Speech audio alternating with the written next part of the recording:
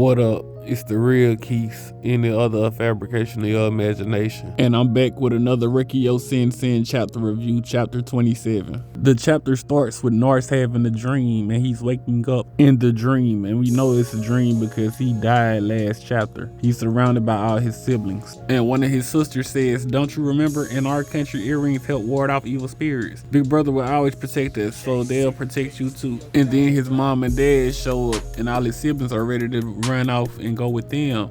But Norris says, "Let me stay here a little longer.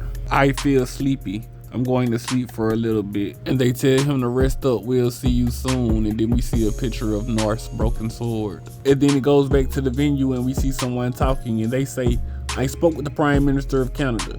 He told me that their saint didn't want anything, and if we didn't take anything from her side, she promised there would be no war." Apparently she really dug her heels in about it. She won't listen to a word the Canadian Prime Minister says. And then he says, "I ended up relying on him a lot. He's cold," and he's talking about Norris's body. And then he says, "It's always painful when a child gets cold.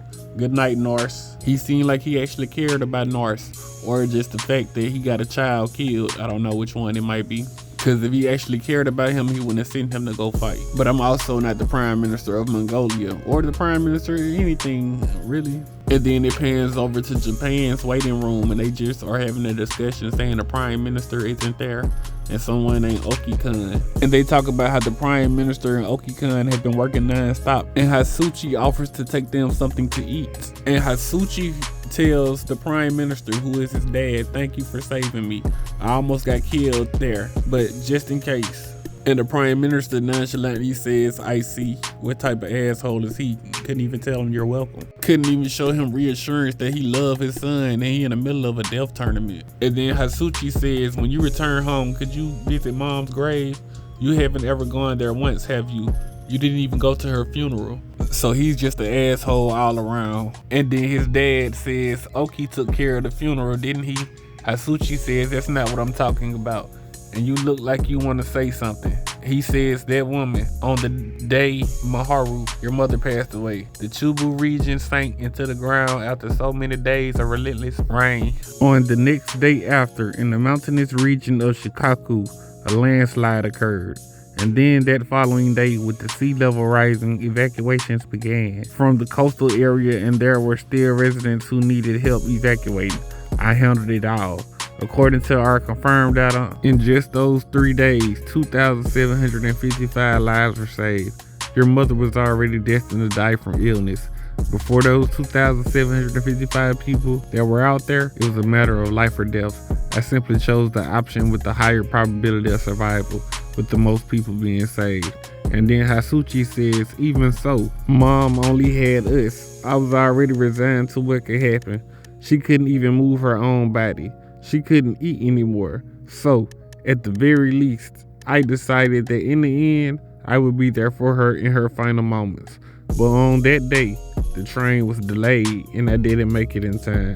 And then we see Huchi visiting his mother, and she's under a sheet. And then we get another flashback of her in the hospital, and she seems like a loving mom. It goes back to Huchi talking to his father, and he says, "I know your position is difficult, even I understand that. But still, as soon as the nation toppling battle is over, even just a little is fine. Please face me then, please." And then his dad says, "Did you really come here to force me to do your bidding? Were you inspired by Canada's proxy hero or something?" And Huchi says, "Force you? This is what you think I'm doing? I was just asking you." And then his father says, "Apparently I heard that Canada's proxy hero is throwing a tantrum. She said she wouldn't cooperate unless they do what she wants. What a childish attitude, putting one's emotions above the common good. It's about time you realize this. The reason we're protecting you and the reason we listen to what you say isn't because you're a child. It's because you proxy heroes are our weapons. I saw the numbers and data and chose to tilt the scale. Ethics, morality, even feelings are unnecessary. Even if I'm hated or despised, it's my job. But you're outside the scale. This changed because you decided to stop being human and became a weapon. And remember, a weapon that can't win isn't a weapon.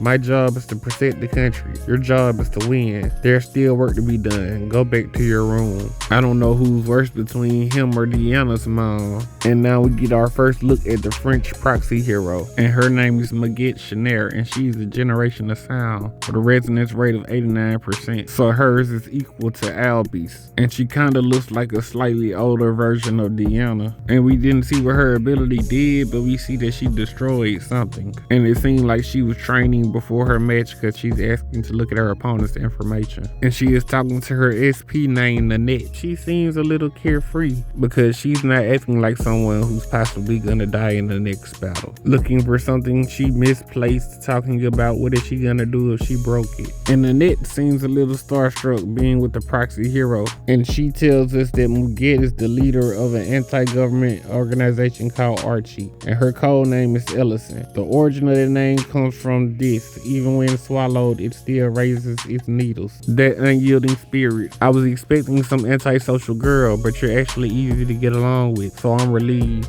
Normally you'll be opposing us, but in these circumstances, I'm grateful that you're willing to cooperate as a proxy hero for the sake of the nation. And Muguet says, for a temporary truce, we agree on one thing: we don't want our country to disappear. I just hate it when the powerless are silenced by force. Even if this war ends and if the state still tries to suppress us, we will raise our voices again and bear our fangs once again. And then Nanette says, well, let's hope it doesn't involve the guillotine. And then they look up the information about her next opponent, who is the Norwegian proxy hero named Selma Jorgensen, the youngest military doctor of the Norwegian army. She manifested her thesis cells 9 years ago around the same time as Muguet. She shows no hesitation toward combat actions because she carries out attacks beyond what is necessary against enemy soldiers. There are quite a few within the military who regard her with resentment. Her main duty is treating fellow soldiers, but she also fights on the front lines as well, and yet none of them stopped her. According to those who've seen her, she complains a lot, but apparently she has the prime minister wrapped around her finger. And her resonance rate is only 16%, the lowest of all the proxy heroes. Muguet says she would be deadly against ordinary people, but questions could she actually beat proxy heroes. Her combat style is aggressive, cunning, and immoral. She often does surprise attacks and ambushes of her own accord. And right after she said that, it was a big explosion and the wall came down. And it seems like a lot of people heard the explosion. And the explosion seemed to cause damage to one of Muguet's arms. And someone walks in speaking Norwegian saying this: what, were you still awake? Did you take a shower? It smelled nice in here. I missed my target. I was a few seconds off. And we see the Norwegian proxy hero Selma. And she is the generation of iron. And Muguet asks, what is Selma even doing? Because the fight doesn't start until noon. And her reply back is, you do know this is a battlefield, right? But look at you acting all prim and proper. And she says she's still following the rules by not attacking the civilians or the infrastructure. And no use of biological weapons. But I don't know how blowing up the wall isn't considered attacking the infrastructure. And Muguet says yes, including anti-personnel, landmines, cluster munition, and even chemical weapons are all prohibited. And Selma says, yes, that's right. You remember so well, you clever girl. But even so, does anyone really follow the rules, these guidelines, these promises, and an unspoken understanding? Normally you think no one would do something like this, right? Just breaking a few rules, right? I mean, who in the right mind would do that, right? War is still war, you know? No one is safe on either side, right? And that's where the chapter ends. So let me say this to start with. In my opinion, Norris has the worst ability, but man, I'm not gonna lie and say I don't love his character. He's like Dom from Fast and Furious, doing everything for his family. Sad to see him die. Also, Huchi's father is a real asshole. Father of the year. I also like Muguet easygoing personality, and she's a rebel. And I can already tell Selma is a psychopath. But I do want to see what she can do with a resonance rate of 16. But other than that, it wasn't much going on in this chapter other than commentary. But that's all I got for you today. For more Rekkyou Sensen chapter reviews, and if you like versus battles, like, share, subscribe, and comment. And follow Universal Debates on Facebook. All links in the description.